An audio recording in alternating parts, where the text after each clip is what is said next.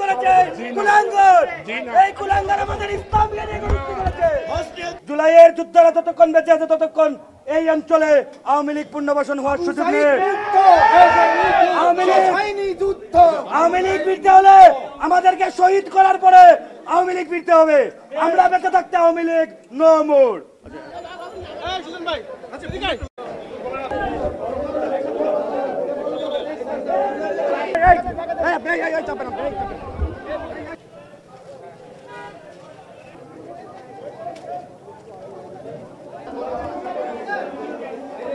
July August কোন অভ্যুত্থানে ওনার ভূমিকা কি ছিল আপনাদেরও জানা নেই। আজকে যে প্রোগ্রাম হয়েছে, ব্যানার ছিল, এগুলো আপনাদেরও দেখা নেই, সবকিছু আপনারা দেখেছেন।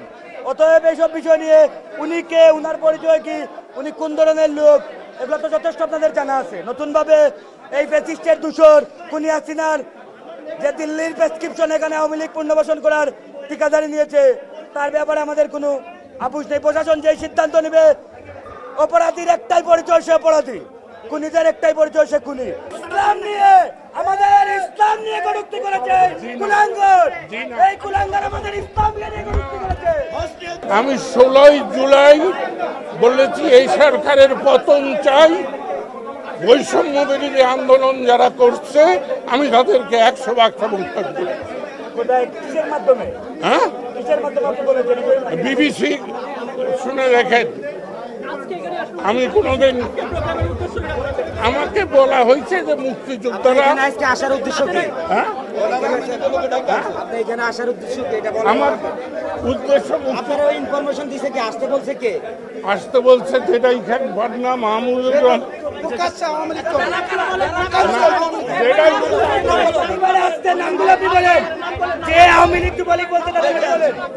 আমি মিথ্যা কথা বলি না।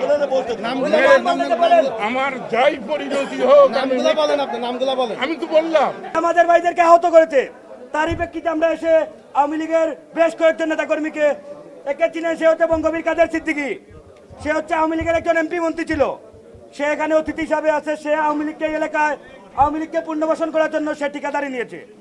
তো আর টোটাল কথা ছাড়া দিল্লির প্রেসক্রিপশনে বাংলাদেশকে আবারও নৈরাজ্যের দিকে ঠেলে দিচ্ছে। আপনারা জানেন যে গত 2 দিন আগে বায়তুল মুকাররম দক্ষিণ গেটে এই পতিত স্বৈরাচার আওয়ামী লীগ মিছিল দিয়েছে। তারা দেশটাকে নৈরাজ্যের দিকে ঠেলে দেওয়ার জন্য এক নতুন পায় তারা করতেছে। তো আমরা এখান থেকে মিডিয়ার ভাইদের মাধ্যমে দেশবাসীকে জানাতে চাই, এই জুলাইয়ের যোদ্ধারা বেঁচে থাকতে, জুলাইয়ের যোদ্ধারা যতক্ষণ বেঁচে আছে ততক্ষণ এই অঞ্চলে আওয়ামী লীগ পুনর্বাসন হওয়ার সুযোগ নেই। আওয়ামী লীগ ফিরতে হলে আমাদেরকে শহীদ করার পরে আওয়ামী লীগ ফিরতে হবে। আমরা বেঁচে থাকতে আওয়ামী লীগ নো মোর।